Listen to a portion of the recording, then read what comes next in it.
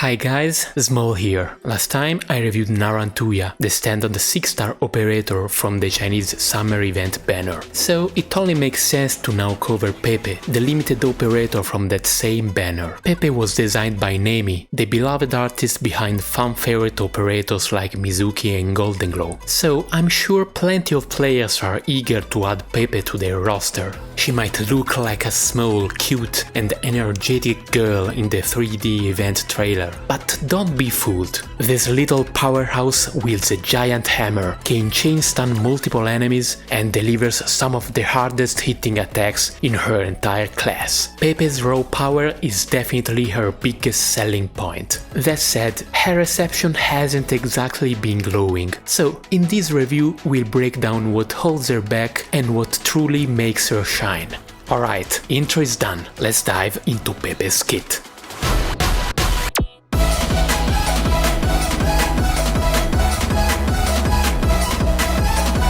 Let's start with Pepe's archetype. She belongs to the Earthshaker branch of the God class, which so far only has one other operator, Oda, a 5-star. If this is the first time you've ever heard of Oda or the Earthshaker archetype, don't worry, you're in good company. So let's go over what makes this archetype unique. Stat-wise, Earthshakers have fairly average numbers for a guard, except for one standout feature. Their attack stat is huge, but of course there's a catch. They also have a long attack interval, which balances out their raw power. Earthshakers can block 2 enemies, but only have a 1-tile attack range, meaning they have to be right up in the enemy's face to do their job. And this short range is actually the core of Pepe's issues, and the main reason why her flagship skill, Skill 3, has not been well received. We'll dig into that more later in the review. The idea behind Earthshakers is simple. They swing their big hammers to deal massive damage to a single target, followed by a shockwave that deals half the damage to nearby enemies. It's important to note that the splash damage affects only the surrounding enemies. This might remind you of how flingers like Rosmontis and Wishadel work, but there's a key difference. Flingers deal AoE damage to all enemies in a small radius, followed by an aftershock that hits the same enemies for half the damage. This means that Flingers deal the same damage to all their targets, while Earthshakers deal high damage to their main target and half the damage to surrounding enemies. Check out this clip to see the difference. This might sound like a small distinction, but trust me, it's not. In fact, this, combined with Pepe's tiny attack range, is a big reason why her skill 3 can feel underwhelming in certain situations. Alright, let's dive into Pepe's talents. They're pretty simple and straightforward, starting with her first talent. Whenever Pepe kills an enemy during a skill, she gains 1 bonus SP after the skill ends, up to a max of 14 SP, or 17, a potential 5. In other words, the more enemies she takes out during a skill, the faster she can charge up the next one. Sounds great on paper, right? Earthshakers are built for AoE damage, and with Pepe's high attack, you'd think she'd be racking up kills left and right. But then reality kicks in. Only kills during a skill count, and most importantly, not every stage features hundreds of enemies. For reference, the average number of enemies in the summer event is 50, often spread across multiple lanes and appearing over time. And Pepe also needs to get the last hit, which, let's be real, is far from guaranteed in a team setting. We'll dive deeper into this talent's impact when we discuss the specific skills. For now, it's safe to say that, outside of enemy-heavy maps, this talent provides a nice bonus, but nothing game-breaking. Could a future module improve this? Possibly. If they buff the amount of bonus SP per kill instead of just raising the cap, it could be a really strong talent, but if they just increase the cap without making it easier to reach, not much of an upgrade.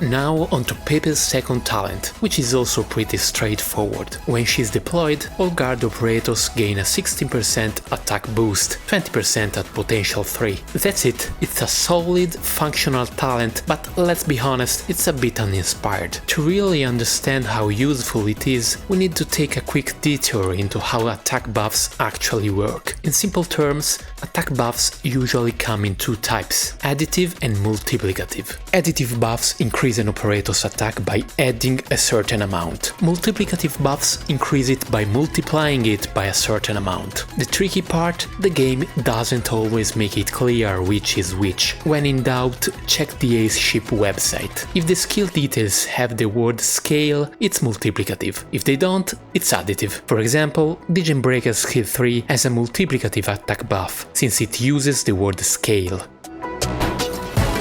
Silverrush skill 3, on the other hand, has an additive attack buff, since there is no scale in the description.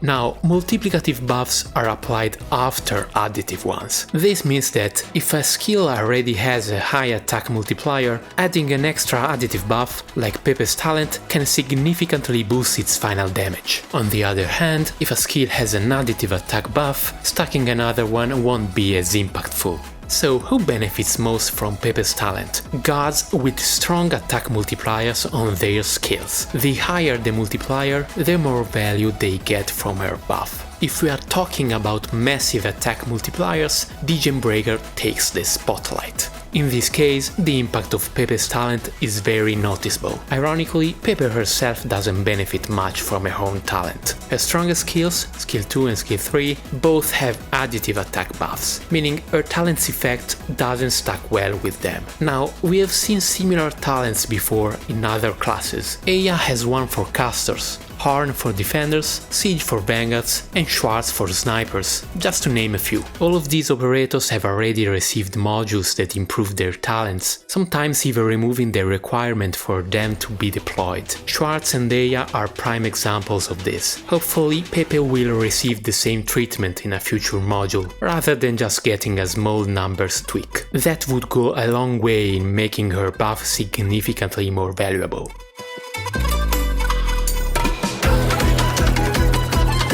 Alright, let's break down Pepe's skills, starting with skill 1. At first glance, it's just a power strike skill, but there's a twist. This skill activates automatically, and when triggered, Pepe unleashes an attack with a big multiplier. On top of that, if she's affected by a negative status, she removes it. Oh, and it also stores up to 2 charges. It's a simple yet effective skill. As for synergy with her first talent, the one that grants SP for enemies killed during the skill, it depends on the situation. To trigger the talent, a power strike skill needs to one-shot the enemy, which isn't always ideal. However, against swarms of weak enemies, things look much better. With just a 5 SP cost at Mastery 3, Pepe can quickly regain enough SP to keep spamming power strikes, effectively turning her into a power strike machine.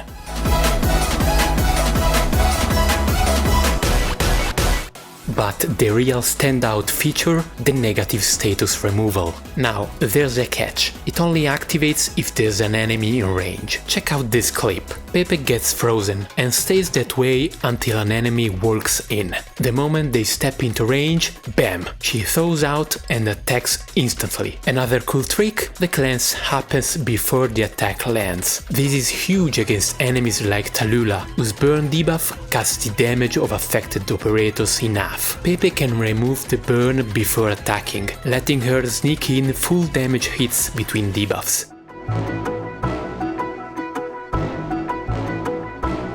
When it comes to what effects Pepe's cleanse can remove, it covers major debuffs like freeze and stun, making her a viable option for dealing with Chapter 6 stages or maps with defense crashes and stun snipers. Interestingly, she can also cleanse stuns inflicted from operators, like you official. An effect her cleanse doesn't remove is Theresa's cocoon thing.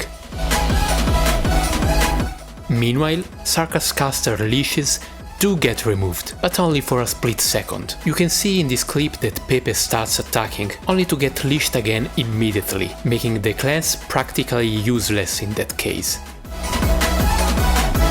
All in all, skill 1 is nice, but not really worth investing in. While removing debuffs is cool, we have seen similar mechanics before, like less in skill 3, and they rarely see much use. If you are struggling with annoying negative status effects, you are usually better off bringing a therapist medic, like Lumen, who is specifically designed to remove or reduce them.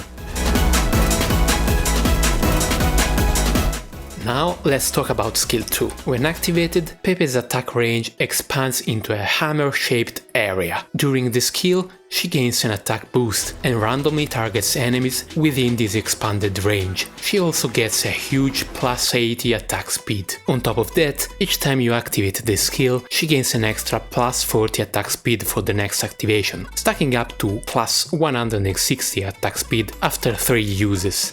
Let's break this down, because it's a bit tricky. The bonus attack speed applies to the next skill activation, not the current one. So, on the first activation, Pepe gets plus 80 attack speed. On the second activation, she gets plus 120 attack speed. And on the third activation, she reaches the max, plus 160 attack speed. In other words, you need 3 activations to fully power up this skill. This skill costs only 25 SP and synergizes really well with Talent 1. Since it's a splash damage skill with a solid range and a high attack speed boost, Pepe can rack up a good number of kills during its duration, if the stage has enough enemies. Those kills then convert into bonus SP, letting her cycle the skill even faster. And since you'll need to activate it 3 times to reach its full power, that SP refund is crucial. While the skill is active, Pepe attacks random enemies within her expanded range. You can see this in action in this clip.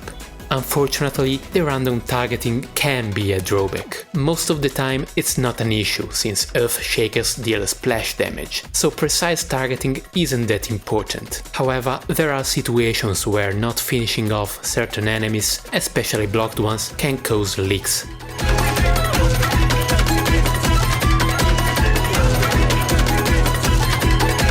Pepe might also end up spreading her damage instead of quickly eliminating key threats, which could lead to her own demise.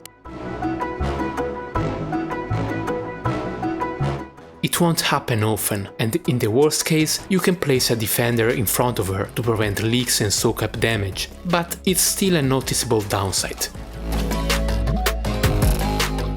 The one advantage of random targeting is that it ignores taunt effects. For example, in this clip, the taunting shield bearer is prioritized more often than the other enemies. However, because Pepe switches targets with every hit, she has a chance to take out ranged threats first, instead of being stuck on the shield bearer.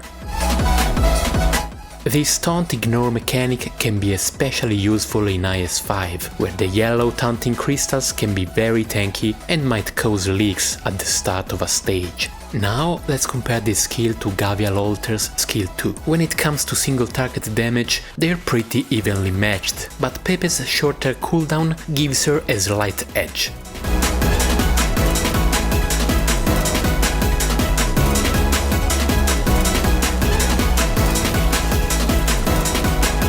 However, things change when dealing with groups of enemies. Pepe's attacks, despite dealing splash damage, are still single target attacks and are also distributed randomly, while Gavial consistently targets and focuses on 3 enemies at once, making her the more reliable DPS option. Plus, don't forget, Pepe needs 3 activations to reach her full potential.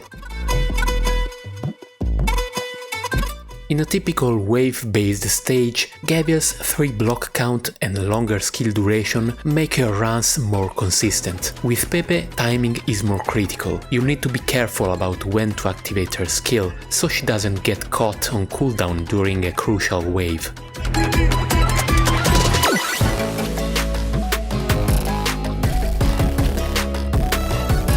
One possible advantage Pepe has is that her splash damage doesn't have a limit on the number of enemies it hits. Gavial, on the other hand, can only attack 3 enemies at a time. This means that against massive swarms of trash mobs, Pepe actually has the edge.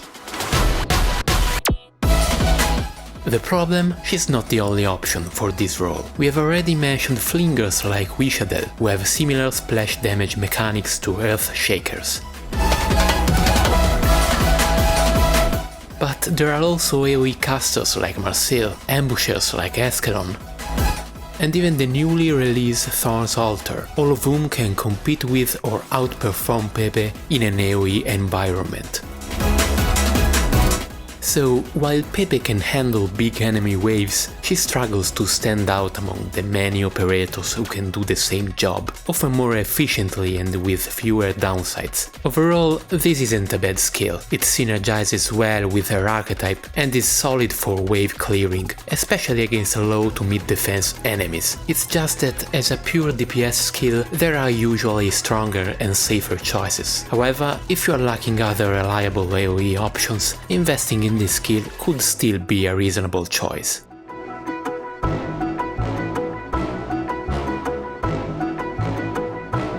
We have finally arrived at skill 3, Pepe's big finisher. Let's break it down. First off, Pepe's already long attack interval gets even longer, but this is offset by a massive additive attack buff, pushing her damage per hit to insane levels. Each attack stuns the main target for 1.5 seconds, while surrounding enemies get a 0.8 second stun. On top of that, after every hit, Pepe gains even more attack power and increases her splash radius, with these boosts capping after 4 attacks. This is Pepe's ultimate boss killer skill, meant for taking down sturdy elites and high health enemies. Let's talk about the splash radius first. In this clip, you can see how it gradually expands over the first 4 hits. At max stacks, Pepe reaches a massive 2.0 splash radius, which, just for reference, is the same as Fiammetta's skill 3.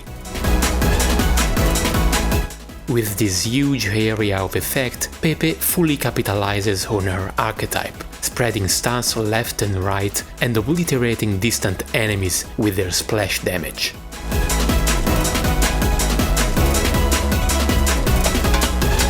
Now, the skill costs 45 SP, which is a lot, but in exchange it lasts a full 40 seconds, giving Pepe plenty of time to rack up kills. This makes me think Talent 1 was designed with skill 3 in mind. The insane damage and long uptime allow Pepe to eliminate a ton of enemies, meaning she'll recover a lot of SP when the skill ends. This can help mitigate the high SP cost and lead to faster reactivations.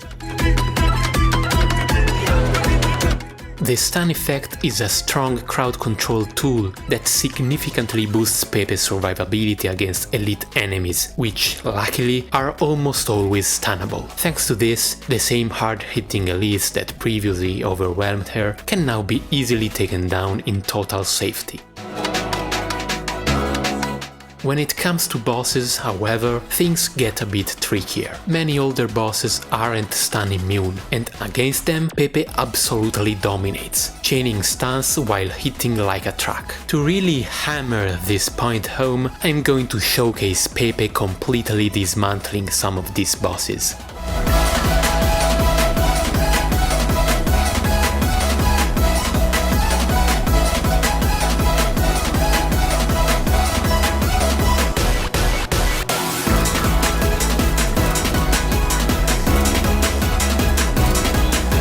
Even compared to other top-tier melee damage dealers like Muenar and Degen Breaker, Pepe reigns supreme with sheer brute force numbers.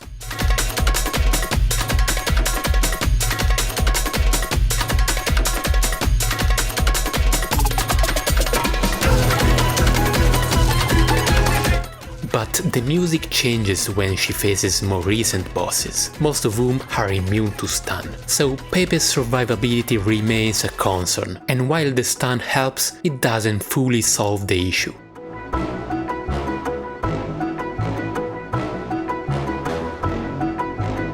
Another problem is her skill downtime, which can be significant, even factoring in the SP refund from Talent 1. And during these downtimes, her average HP and defense make her vulnerable in punishing stages.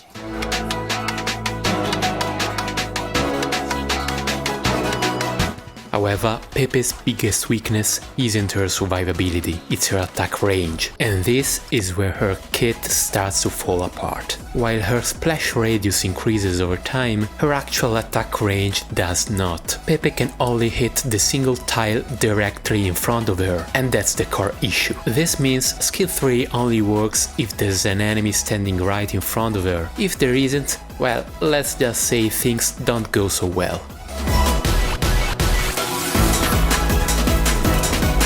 If you remember our discussion on her archetype, we pointed out a major flaw in Pepe's design. Her main target takes twice as much damage as surrounding enemies. This creates a problem. The enemy directly in front of her often dies faster than the others, and the moment that happens, Pepe stops attacking entirely, even if there are still enemies nearby. This means she struggles to maintain consistent AoE output, which is the whole point of her archetype and of the skill's huge splash radius. Clearly, this is a big issue. Her short attack range also has an indirect but serious impact on her survivability. Like I mentioned earlier, stuns can help, but only if the enemies are stunnable, and even then, only the main target gets the full stun duration. Since Pepe only starts attacking once enemies are already in her face, she can easily be overwhelmed when multiple sturdy enemies rush her at once. In general, Pepe's tiny reach forces her to block the very threats she's supposed to kill, which means healers will have to work overtime to keep her alive.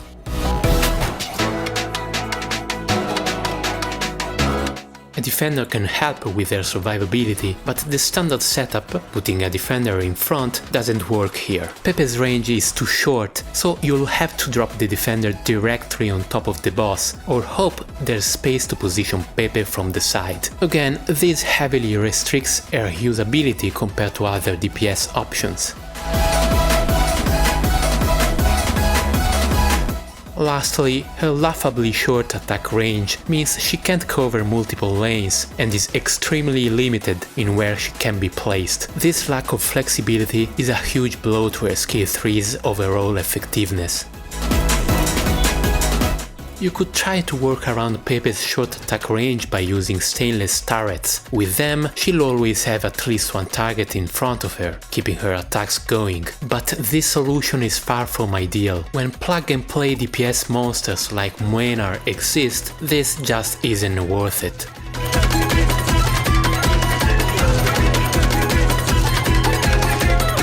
At the end of the day, skill 3's short attack range, lack of flexibility and inconsistent survivability really drag it down. That said, this is still Pepe's flagship skill, purely because of its insane damage and massive splash radius. If you plan to use her, it's worth investing in this skill, since masteries significantly boost the damage. However, for the same use cases, there are simply better options.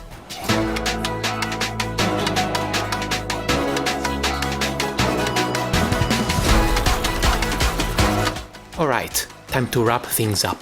Pepe has a simple, straightforward kit built around big damage and flashy AoE effects. Her skill 2 fits well within the Earthshaker archetype and is a solid option overall. If you're looking for a melee operator with some AoE capabilities, pulling for Pepe could be a reasonable choice. That said, her skill 2 is often overshadowed by stronger alternatives like Gavial Alter's skill 2 or specialized AoE units. Skill 3, on the other hand, delivers absurd damage per hit, possibly the highest in her class, but the short attack range heavily limits its effectiveness compared to other top-tier boss killers. Now, you might think that her high damage per hit would give her an edge against enemies with sky-high defense, but in reality, you are better off with true damage operators like Vina or elemental damage operators like Logos. When you look at it this way, Pepe has no real niche left to fill. Honestly, it's a shame. If skill 3 could attack without an enemy directly in front of her, like Fiammetta skill 3, she'd be closely behind the top tier units like Muena and Breaker. Maybe the devs were just afraid of making another Wishadel, because let's be real, a lot about Pepe's skill 3 screams Wishadel skill 3. Massive per hit damage, huge splash radius, AoE stance, long attack interval. Or maybe that's just my Wishadel brain rot talking. That said, there's a sliver of hope that a future module could fix her attack range. If Hyperglyph can make a ranged unit deployable on melee tiles, surely they can extend Pepe's range by at least one tile, like they did for AoE medics. So once again, we are left hoping for a module to salvage an operator. But hey, sometimes dreams do come true.